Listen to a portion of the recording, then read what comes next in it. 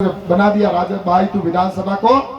जो सड़कें सारी टूटी हुई पड़ी है, स्कूलों की जिस तरह से बदतर हाल है, स्कूल और उसके साथ ही जिस तरह से कॉलेज के अंदर लेक्चरर नहीं है, उनके प्रिंसिपल नहीं है, 10-10 कॉलेजों के 10-10 कॉलेज पर एक-एक प्रिंसिपल लगा रखा है। पानी की समस्या, लाइट की जिस तरह से यहाँ पर ढाणियों के अंदर कनेक्शन हुए नहीं, कृषि के कनेक्शन इन्होंने किए नहीं, इन सारे को वापस हम दोनों मिलकर करेंगे।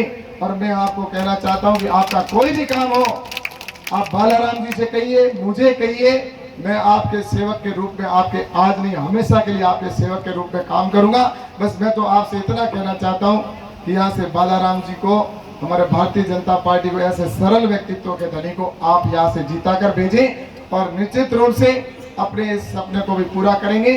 और इस बार कांग्रेस को यहाँ से ऐसा हरा कर भेजना है कि भविष्य में यहाँ पर भ्रष्टाचारी कोई आकर यहाँ पर ये बाई तुम्हें ना कह सके कि हम भी यहाँ से चुनाव लड़ना चाहते हैं। इतना भ्रष्टाचार मैंने पहले कभी नहीं देखा, जितना टीचरों के, अध्यापकों के ट्रांसफर हो, चाहे कर्मचारियों के ट्रांसफर हो, जिसमें लूट कोई। मेरे बाईतू के अंदर जो भी आते थे सब कहते थे चाहे अगर उनको नकल भी लेनी है तो बिना पैसे के नकल नहीं देते बेचारों को। क्या है ये? कमीशन के बिना कुछ नहीं होता, कमीशन का अड्डा बाईतू को बना दिया। इसलिए कमीशन खोर जिस तरह से इन्होंने संरक्षण दिया है ना, और वो भी बेचारों की मजबूरी, कर्मचारियों की, क्योंकि कर्मचारी जो आता है वो इनको पैसा दे के आता है, और जो पैसा दे के आएगा तो कोई घर की जेब से थोड़ी देगा, वहीं से तो जनता से तो वसूल करके इनको देता है। ये दलाल जिस तरह से इन्होंने सरकार के ठेठ ऊपर से नीचे इनकी चैन है।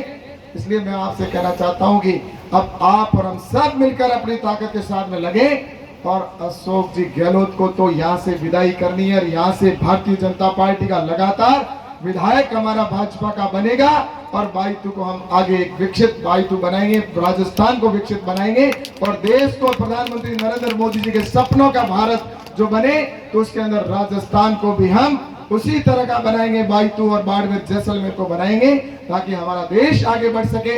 इतना ही मुझे कहना था। आप सभी इतने सभी आए हो तो मुझे पूरा यकीन है कि अब हम पूरी ताकत से लगे।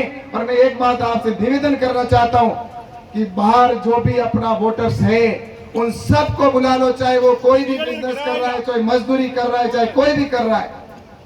एक एक वोट की कीमत है। आपको पता है कि एक वोट की वजह से सीपी जोशी मुख्यमंत्री बनने से रह गए, विधानसभा में हार गए थे।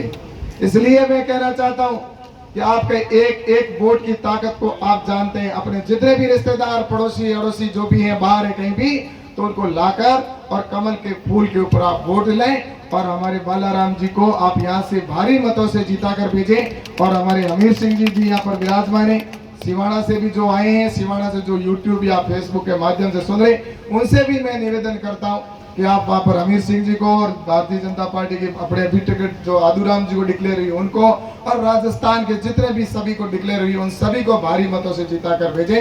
इतनी बात कहनी थी। आप सबका बहुत बहुत धन्यवाद। जय हिंद, जय भारत। बोले भारत माता की, भारत माता की, भारतीय जनता पार्टी जिंदाबाद।